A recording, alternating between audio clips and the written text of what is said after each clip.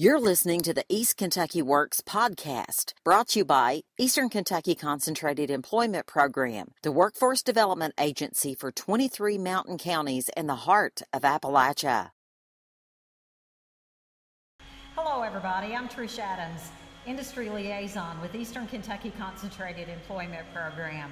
And we are delighted today to be at the new facility for SilverLiner in the Industrial Park in Pikeville, Kentucky. Talking to owner and CEO Chris Tomlinson. Chris, how you doing today? Wonderful. How are you, Trish? I'm fabulous. We're just happy to be here. I'm happy to have you here. It's exciting times. And tell me about these trucks you've got out, these tankers actually, out here in the parking lot. Yeah, those are ready to be mounted to the chassis and to go out to the public, go to work. Yes. Tell me about your dream, how this came to fruition here in Pikeville. It's kind of wild. A lot of factors played into it. Number one factor, this is where I was born and raised. Number two, this is where I want my kids to be raised, and of course they were born here. But if we go back to 2011, 2012, 2013, the mining really started falling off. I'm a third generation company in Betsy Lane, Kentucky, in Floyd County, and we were very fortunate. Had a decent sized company working over many states, but with the new laws and administration, the way it worked out, the mining took a nosedive, and it just decimated our company.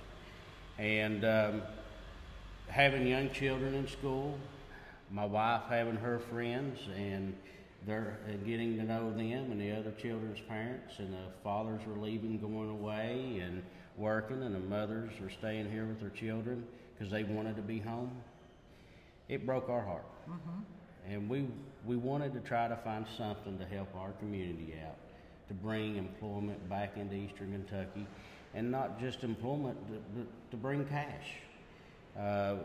It's very important that we don't just trade cash back and forth. We need new income, new cash flow into Eastern Kentucky to grow and become where we want to be. And my wife and I had a long talk. We looked at moving to different areas. We talked to other places, and we didn't see ourselves there as a family. Mm-hmm. We seen ourselves at home and trying to help the people that we love. So that's whenever you said, hey, there is a need for these type of tanker trucks out there. People are calling you, asking you where to get these, and you said, why not just go ahead and start the business here, have it grow and thrive and drive our economy? That's right. It's kind of a complicated thing. Growing up in a third generation company, you have times with and without money, and you have to make things work. I would find old tankers, and I'd remodel them myself, and I'd mount them to new chassis, and just for my own needs. And when we had the downturn in business, I had a lot of trucks, a lot of trucks that were sitting, trying to make payments on them, so I need to sell them. Well, anytime you sell something, you kind of take it through the car wash and give it a good buffing, right? So I was doing my tankers that way, and before I could get the good buff job on them, don't worry about it. I need it. Send it to me. And that's good. The rest of the country was doing okay, but it kind of broke my heart that I didn't need them, and it reminded me of what a specialized unit these are and how they were needed across the world. We actually sold tankers in the Middle East when I was selling our equipment. We sold it in the Middle East. We sold in the United States. We sold in Puerto Rico. A little bit of everywhere we were sending our equipment, and I kind of liked it. Mm-hmm. I said, I think I can do this full time. I can build trucks. I always loved to build stuff more than anything, and so with the stuff I had selling so well, let's do it a little bit bigger. Let's try something a little bit better.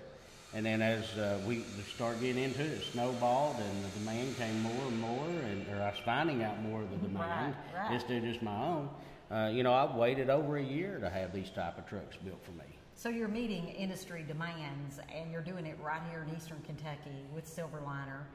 And I can remember the first time you and I met, and you said, hey, I'm going to be needing people, and I'm going to be needing people to learn how to do aluminum welding. It's not only got to stick together good, but it's got to be pretty. That's right. So when you explained that to me, and I could visualize that in my head, how that we were going to process everything from that point on, it really came together beautifully in finding the people to work for you. So it really did. That was a hard time when I met you. We had just signed the deal, and it was a little bit bigger than what I planned on. Yeah. So I was a little bit of a deer in the headlights, so to say, and you stepped in and really helped out, and that was tremendous. And the sad part about it was being in this community, needing employees my entire life, and how I didn't ever know or take the time to learn and understand what you and your program was doing. You just didn't know EKCEP was going to be your best friend. I really didn't. I really didn't. Best friend or savior, however you want to put it, but they really helped to bring this all to fruition. Yes. Yeah, I couldn't have done it without EKCEP. There's no doubt. So tell me what the plans are. We'll get into what the training looked like a little bit later, but tell me what the future is going to look like for SilverLiner. About how many people do you look to hire over the next year? Over the next year, we want to be somewhere south of the 100 mark. Mm-hmm. I think very conservatively we could be 75, 80, 85. And that is by holding back. One of the worst problems that we're having now in this industry is trying to grow too quick. Trying to go too quick and not controlling the product that we're putting out. So I think that growing and training as slow as possible, as slow as everyone will allow us to, will be our best step. Now, into the future, I think it's limitless. Into this facility, I think we're at a couple hundred, easy. Mm-hmm. But the main thing is we really want to not oversell ourselves, not overpromise our deliveries. Let's try to change this industry, and let's make it an honest industry. This is what we can do, and we're going to get it there. Now, you are selling products all over the nation right now. Yes, ma'am, we are. And I understand that there's a couple of Perry County boys that are making a tanker truck for you right now, and that's going to be shipped to Colorado. We have shipped several to Colorado. We're doing several right now. I think one will be going into Pennsylvania, another one's going into Florida, one's going to California, and we're taking a lot of orders down south in the Texas region. Awesome. We just got back from Texas last week, and they need us there. So it's great to actually be selling a product that you can affordably ship across the nation and across the world. And it has that SilverLiner logo on it, and you are so proud to see that traveling all across the United States. Yes, I know you are. Yes, I am. Yes. That's the most amazing part. And it's been funny, the way Multimedia Works now. I've been running across some posts in Facebook and other things, people snapping pictures of SilverLiner product, putting on, look at SilverLiner here, look at SilverLiner there. Seen one in North Dakota, just 2 days ago. A guy took a picture, and he was filling up a drilling rig with one of our diesel fuel trucks, and absolutely just a stunning picture, and amazing to see our product working and doing great across the nation. Yes, we're happy to be a small part of that. So let's talk a little bit how we got started on the training for your employees, Chris. What we did was we took applications. We received over 3,000 applications for 50 jobs, which I thought was absolutely staggering. Yes. Yeah. And it was pretty specific skill set with that aluminum welding. Let's talk a little bit about what you need your guys to know how to do coming on board at SilverLiner. Well, or gals. Yeah, that's right. And we had several gals that tried out. Yeah. One tried out twice and got a lot better. She's getting closer. I think she'll make it there, and done a lot better than some of the guys. So the thing about that 3,000 application, what the world needs to understand, when I'm out and I'm trying to sell my product, then it's my employees is what's going to bring this truck to you. We're like, well, how can you do it and everybody else? It's the employees here. And the employees are making the huge difference of the selling factor because we have employees. We can get more employees and they have the right training. Out of the 3,000 applications, if I'm not wrong, we had 1,800 certified welders. Yes. That's certified in carbon, which carbon we need a little bit of, but it's a very small percentage. What we need is aluminum, so they know what they're doing. And the beauty of that, I thought, too, was that we had that large population that actually knew a lot about metalworking. Right. And so we could make an express lane for them, so to say, and bringing them into the aluminum. We're not starting at ground 1. We're starting at ground 5 or 6, and we're going to 10. And build on that. That's right. Mm-hmm. So we took guys that were already tremendous employees, tremendously experienced, and we're just building upon the structure they already have. Right. So we worked with the Big Sandy Community and Technical College and also Hazard Community and Technical College to deliver the training. And we brought them together and said, hey, this is what Chris and his staff needs these guys to know. So the folks that were ready to go to work and wanted to make that transition to come to SilverLiner went through the process of being assessed. And how many of those have we ended up hiring? I think it's like in the 20s. Yeah, it's in the 20s. Yeah. Not near as much as I'd like, but yeah, somewhere in the 20s. Yeah. So we're looking to hire more of those in the near future. Yeah, we're going to hire 15 to 20 over the next couple of weeks.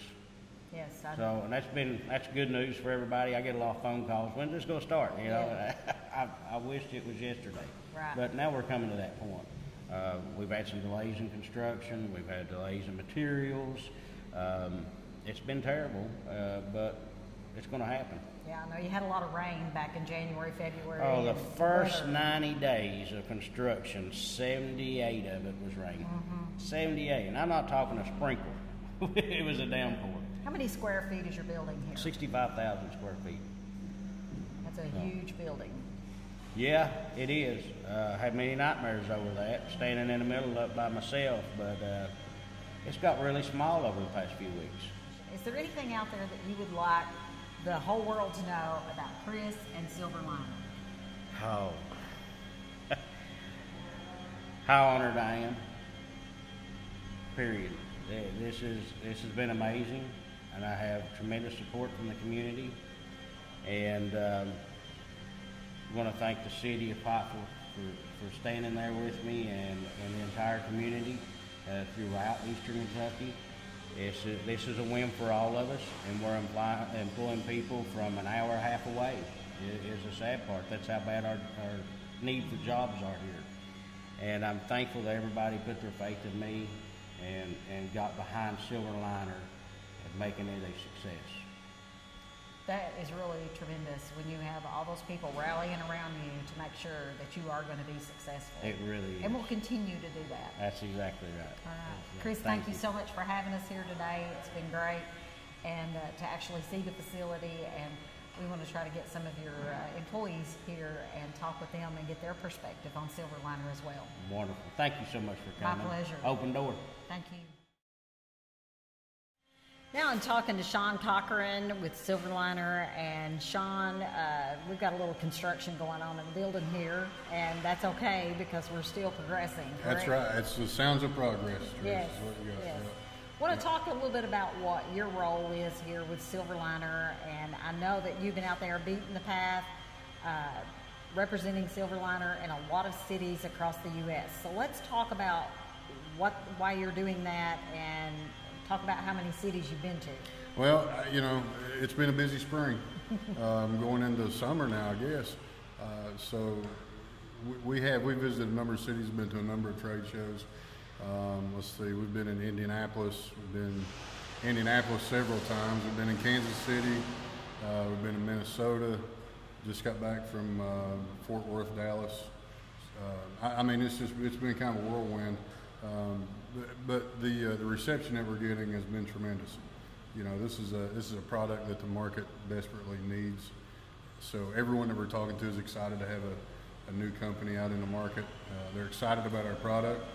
You know, anytime we take a truck somewhere, we get comments on how well built it is, and a lot of little details on the truck. Of course, you know, Chris coming from a background of using these trucks for so many years, he really knows where they break and what needs to be made stronger and what needs to be done better. You know, we say the users become the builder. So it's really, it's a truck built for truckers by a trucker. You know, I mean, it really is. So it's an easy product to sell. I mean, just it's been fun. And it's fabulous to have people right here in Eastern Kentucky that were affected by the downturn in the coal industry to make those trucks and ship those all over the nation. That's right. That's exactly right. You know, to have, and we're all really proud of that. You know, especially being born and raised in Eastern Kentucky, there was a lot of us had the opportunity to leave, and we decided to stay and weather the storm. Weather the storm, but more than that, not just weather the storm. You know, really build something to show what we're capable of doing.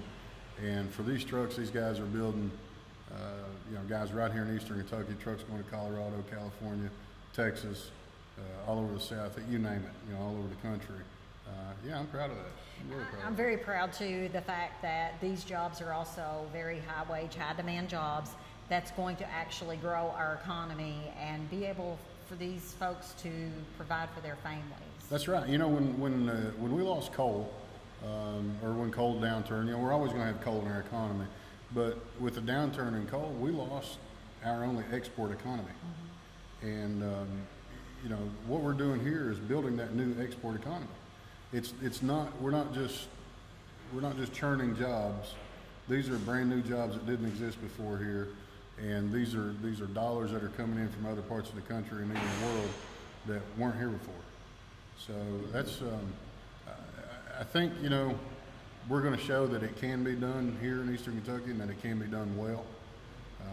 And I don't think we're going to be the last ones, but you're paving the way for other businesses and inspiring other people. I hope so. I really do. I hope so. Yeah. Is there anything, I know we worked very closely together with you, Sean, also on the training and getting the guys ready to come to work for SilverLiner. And we're still working on that. There's still more that we're going to be bringing on board.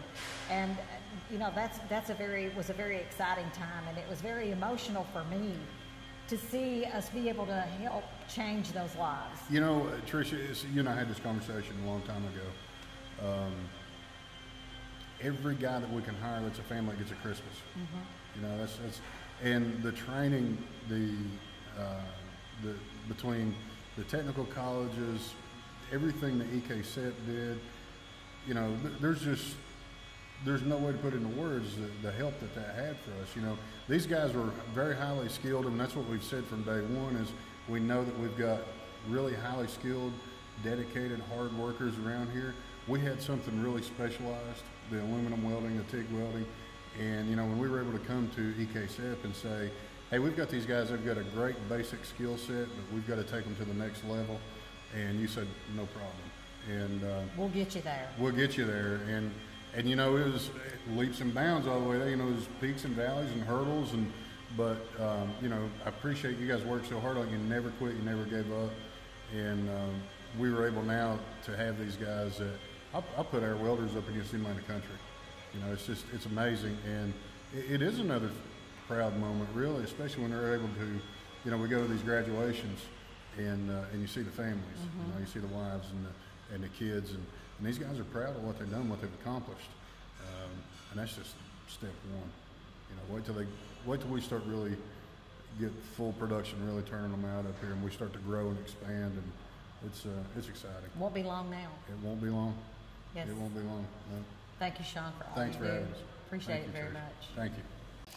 We're at SilverLiner today, and I've got the pleasure of talking with Alex Francis. He was one of the trainees and now working for SilverLiner. Alex, how's it going today? It's going pretty good. We've got a truck we've got to get done, and staying real busy trying to get that done. Yeah, I won't keep you long because I know you're on the clock, right? Right, yeah. Tell me about what your normal day looks like and what it's like here at SilverLiner. We usually start 7 on the dot, and depending on which truck we have to do, you know, I'm either working on pipes underneath or making some type of box to run wires up into, and just simple stuff that not easy to do. Yeah. Well, you may say it's simple, but it's, you know, Right. Yeah. you got to takes some learn how to do time. that. Right. Yeah. Yes. Speaking of learning, tell me a little bit about your training experience. Now, you went through Hazard Community and Technical College with the help of our Community Action Agency partner, LKLP. Right. And so you went through the training. You're from Knott County, so you went to Hazard for the training. Right. Tell me a little bit about your experience with the training and how things panned out from that. It was actually really interesting. I hadn't welded probably 6 months, so I was pretty rusty myself, and getting able to go in there every single day and get the skills back and actually improve, I mean, it helped tremendously. And I was able to go to each booth and help each student out and tweak them with what they needed to improve on, and we all just worked together and got along, and if somebody needed help, we were always there trying to help each other. So you were kind of helping to build the team. Right. Yeah. And I understand that Randy Bolin, your instructor, was pretty much a rock star there that kind of helped you and guided you along pretty good. Randy and Glenn were both on top of it all. I mean, they were right there with us the whole way. Anything we needed, I mean, they were always trying to get it to us as soon as possible if we didn't have something. So when you went through the training, we kind of helped you with your tools and your boots and things like that, Right. and helped you, empower you and give you the tools you needed to land a great opportunity. Working for Chris and the team here at SilverLiner has got to be a blessing. It is. You know, I wake up at 5 and then I drive all the way from, like you said, Knott County to get here, and I'm happy. And to know that you're building a product that's shipping all across the nation has got to be a rewarding feeling. I mean, it's really exciting to know trucks are going all throughout the U.S. and we're trying to expand outside of the country too. Mm-hmm. So when you see those SilverLiner stickers on those trucks and tankers that you're shipping across the nation, it makes you feel very prideful, I'm sure. Right. Yeah. It's I made that. Yeah, you made that. Yeah. And you can tell your family, look what I was a part of. Right. It's pretty empowering. It is. If there's anybody out there that's interested in possibly pursuing a career at SilverLiner, what would you tell them? Learn what you can, try and improve, be willing to help others, And you've got to have a good work ethic. Right, yeah. You can't be, I'm going to sit back and watch everybody do it, it don't work like that. You got to dig in. Right. Is there anything out there you would like to say to anybody about SilverLiner, your experience here? I want to thank Randy Bolin. I mean, he's the one who told me about this job and helped me get in. So if it wasn't for him, I wouldn't have known about this until it was probably too late. So he helped me get my foot in the door a lot sooner. Well, thanks, Alex, for taking time to talk to us and give us a little bit of a perspective about your experience. We appreciate it. Thank you. And congratulations.